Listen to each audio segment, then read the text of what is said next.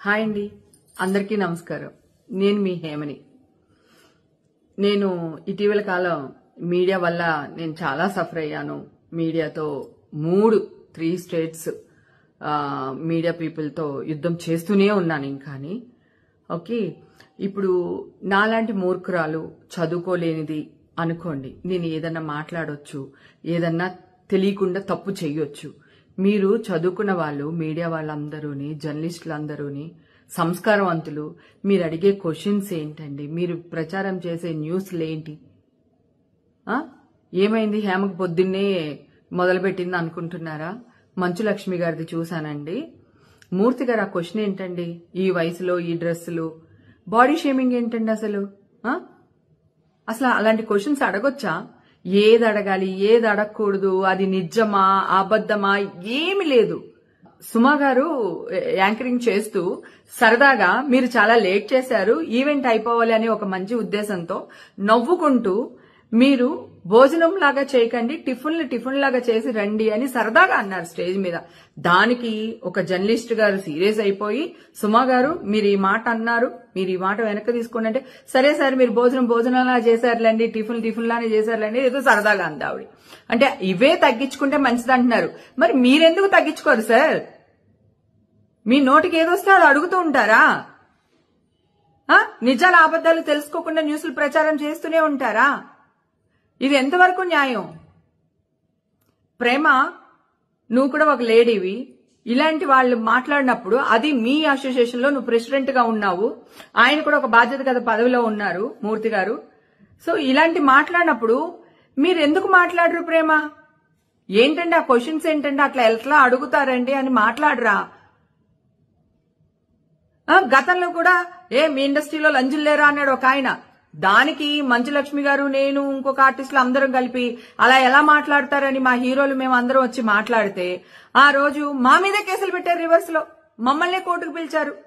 ఆ రోజు మా మూవీ ఆర్టిస్ట్ అసోసియేషన్ నరేష్ గారు వీళ్ళందరూ ఎందుకు మీడియా వాళ్లతో మనకి హేమ అవన్నీ వద్దులే రండి అని చెప్పి కాంప్రమైజ్ చేసి కేసు తీసేశారు. నేను ఇదే మా అసోసియేషన్ అడుగుతున్నానండి. ఈ రోజు మంచు లక్ష్మి గారికి బాడీ షేమింగ్ గా ఒక యాంకర్ ఒక క్వశ్చన్ అడిగారు, అది సోషల్ మీడియాలో టెలికాస్ట్ అయ్యింది. మా అసోసియేషన్ ఏం చేస్తున్నారండి? ఒక ప్రెసిడెంట్ గారి సిస్టర్ కే ఈ గతి అంటే మిగతా మెంబర్స్ పరిస్థితి ఏంటి? ఇన్ని రోజులు మీరు ఎందుకు ఊరుకుంటున్నారు? ఆవిడ ఆల్రెడీ ఛాంబర్ కి లెటర్ ఇచ్చారు. ఛాంబర్ వాళ్ళేమో మీకు పంపించాము, వాళ్ళ అసోసియేషన్ కి పంపించాము, జర్నలిస్ట్ అసోసియేషన్ కి పంపించాము, వీళ్ళకి పంపించామని మాట్లాడుతున్నారు. మీరు ఎందుకు ఇంతవరకు రియాక్ట్ అవ్వలేదు? మరి ఆ రోజు సోషల్ మీడియాలో నా గురించి న్యూస్ వచ్చినప్పుడు ఇమ్మీడియట్ గా స్పందించేసరే, అది నిజమా అబద్ధమా కూడా తెలుసుకోకుండా. విష్ణుబాబు ఏం చేస్తున్నావు మీరు? ఇవాళ మీ సిస్టర్కి అయింది, రేపు ఇంకొకరికి అవుతుంది. మా నాళ్ళ గురించి ఎవరెవరినో ఎందుకు పంచైన వాళ్ళందరినీ తీసుకుని వచ్చి ఛానల్లో కూర్చోపెట్టి, ఈ వీడెలాగా ఆడేలాగా, వాడది వీడది, ఆడి డైరెక్టర్ ఉండడు, ఆ అమ్మాయి క్యారెక్టర్ ఆర్టిస్ట్ అయి ఉండదు, ఏదో ఒక ఆరా సినిమా చేస్తే కూడా సినిమా వాళ్ళు ఇలాగా, సినిమా వాళ్ళు అలాగని న్యూస్లు వేస్తూ ఉంటారు. ఇప్పుడు మీ సిస్టర్కే ఇది జరిగింది. బాబు, మా అసోసియేషన్ లో మీరు ప్రెసిడెంట్ గా ఉన్నారు, మీరెందుకు ఇంకా రియాక్ట్ అవ్వట్లేదు?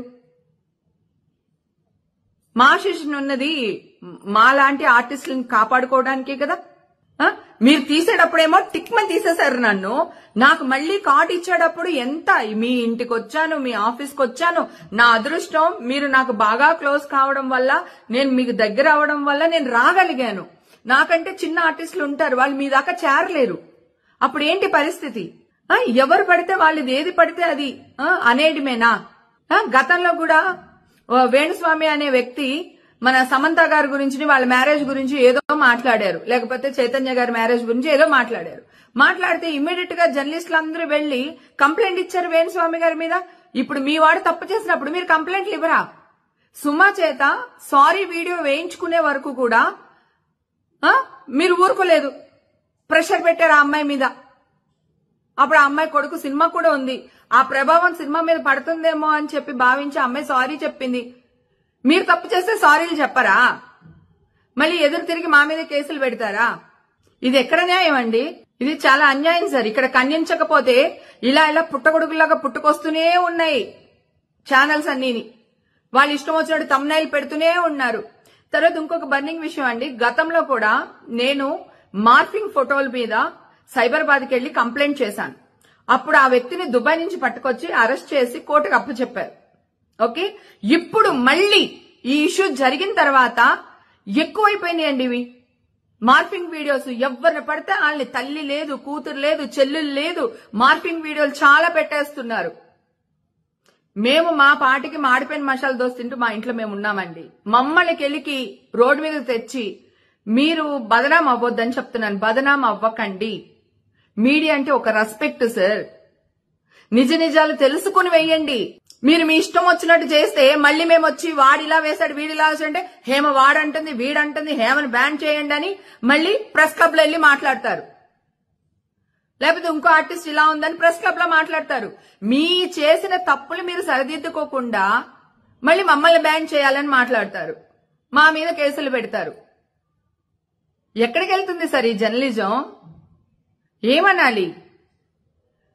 ప్రేమ ఇప్పుడు కూడా మీరు రియాక్ట్ అవ్వకపోతే, స్వప్న, ప్రేమ, ఇంకా చాలా మంది లేడీ యాంకర్స్ అందరూ ఉన్నారు, ప్లీజ్ ఇప్పటికైనా రియాక్ట్ అవ్వండి. నా ఆవేదన అర్థం చేసుకోండి. ఒక ఆడపిల్ల ఇంతవరకు సరే ఆ అమ్మాయి అలా అడిగింది, ఈయన క్వశ్చన్ చేశారు, అది ఎందుకు టెలికాస్ట్ చేశారు? అసలు ఎలా టెలికాస్ట్ చేస్తారు? ఆ అమ్మాయి వద్దండి మాట్లాడకండి అని చెప్పినప్పుడు మీరు అది ఎలా టెలికాస్ట్ చేశారు? లోకు అయిపోయామా? సినిమా వాళ్ళు ఎందుకండి అంత లోకు మీకు?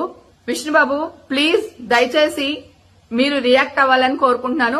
అలాగే ఛాంబర్ వాళ్ళు కూడా వాళ్ళకి లెటర్ పంపించేసాం వీళ్ళకి లెటర్ పంపించేసాం అని చెప్పేసి చేతులు దులుపుకోకుండా ఇప్పుడైనా న్యాయం జరిగేటట్టు చూడండి సార్ ప్లీజ్.